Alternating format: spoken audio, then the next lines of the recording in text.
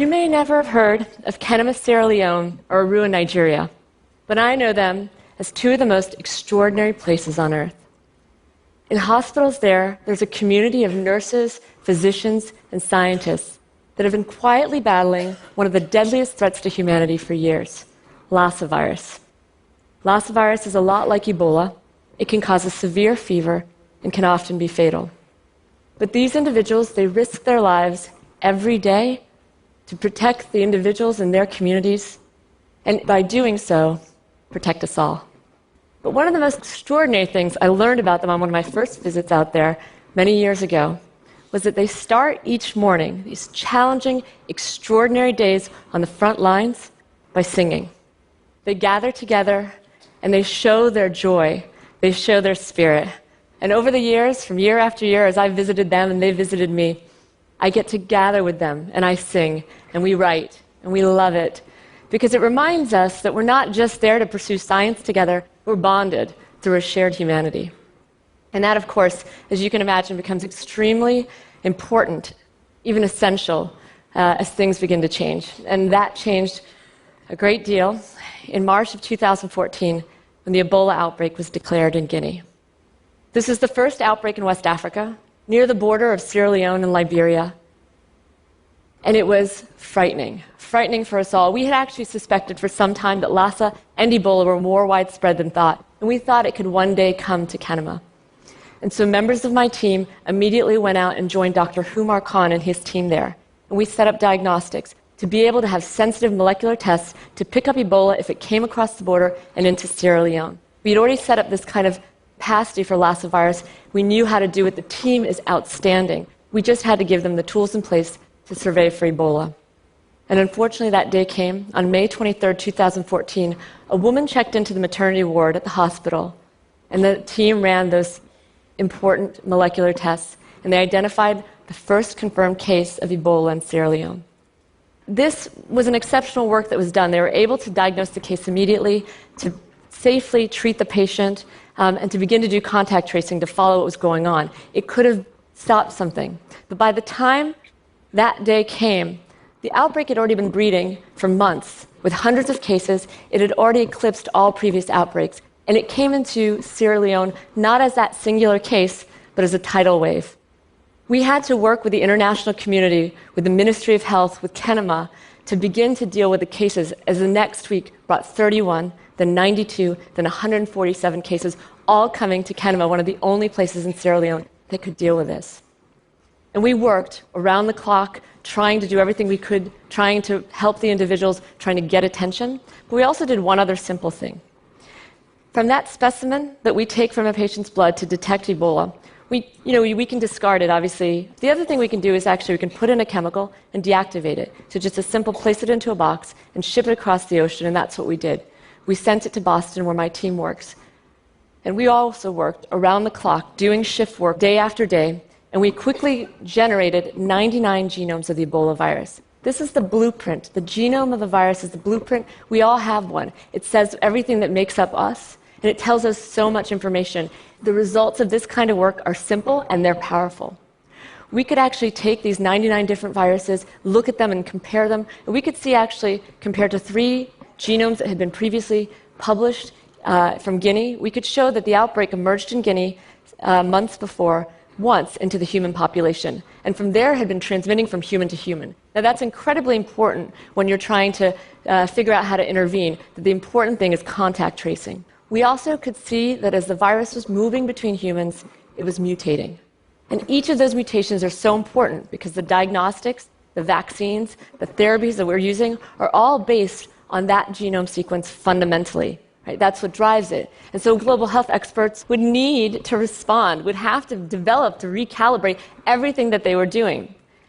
But the way that science works, the position that I was in at that point is I had the data, and I could have worked in a silo for many, many months, analyzed the data carefully, slowly, submitted the paper for publication, gone through a few back and forths, and then finally, when the paper came out, might release that data. That's the way the status quo works. Well, that was not going to work at this point, right? We had friends on the front lines, and to us, it was just obvious that what we needed is help, lots of help. So the first thing we did is, as soon as the sequences came off of the machines, we published it to the web. We just released it to the whole world and said, help us. And help came.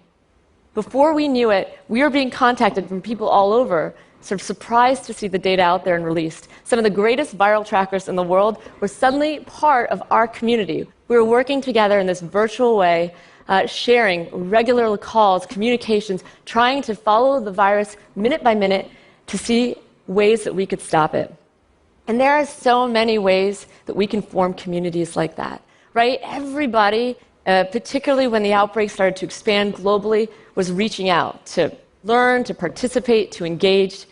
Right? Everybody wants to play a part. The amount of human capacity out there is just amazing, and the internet connects us all. And could you imagine that instead of being frightened of each other, that we all just said, let's do this, let's work together, and let's make this happen? But the problem is that the data that all of us are using, Googling on the web, is just too limited to do what we need to do. And so many opportunities get missed when that happens. So in the early part of the epidemic from Kenema, we had 106 clinical records from patients. And we once again made that publicly available to the world.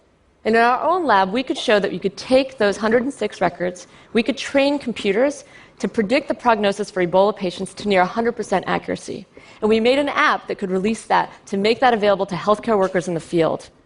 But 106 is just not enough, right, to make it powerful, to validate it. So we were waiting for more data to release that. And the data has still not come. We are still waiting, tweaking away in silos, rather than working together. And we can't accept that, right? All of you cannot accept that. It's our lives on the lines, and in fact, actually, many lives were lost. Many healthcare workers, including beloved colleagues of mine, 5 colleagues, Balu Foni, Alex Moigboy, Dr. Humar Khan, Alice Kobola, and Mohammed Fula. These are just 5 of many healthcare workers at Kenema and beyond that died while the world waited and while we all worked quietly and separately. See, Ebola, like all threats to humanity, it's fueled by mistrust and distraction and division. When we build barriers amongst ourselves, when we fight amongst ourselves, the virus thrives. But unlike all threats to humanity, right, Ebola's one, we're actually all the same. We're all in this fight together. Ebola on one person's doorstep could soon be on ours. And so, in this place with the same vulnerabilities, the same strengths, the same fears, the same hopes, I hope that we work together with joy. A graduate student of mine was reading a book about Sierra Leone, and she discovered that the word Kenema, the hospital that we work at, the city where we work in Sierra Leone, is named after the Mende word for clear like a river, translucent, and open to the public gaze. And that was really profound for us because without knowing it, we'd always felt that in order to honor the individuals in Kenema where we worked, we had to work openly. We had to share and we had to work together.